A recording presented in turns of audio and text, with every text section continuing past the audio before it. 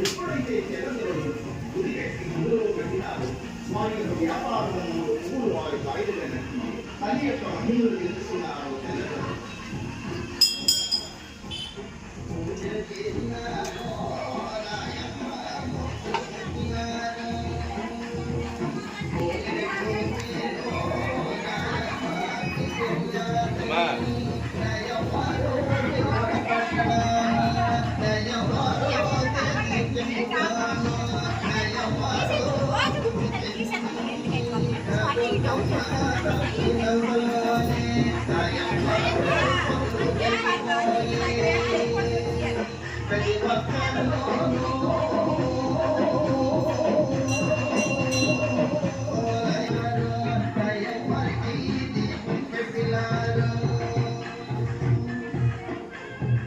అమ్మవారి వెనుక నుండి కాళింగ మన్యరాజు వచ్చేవాడు.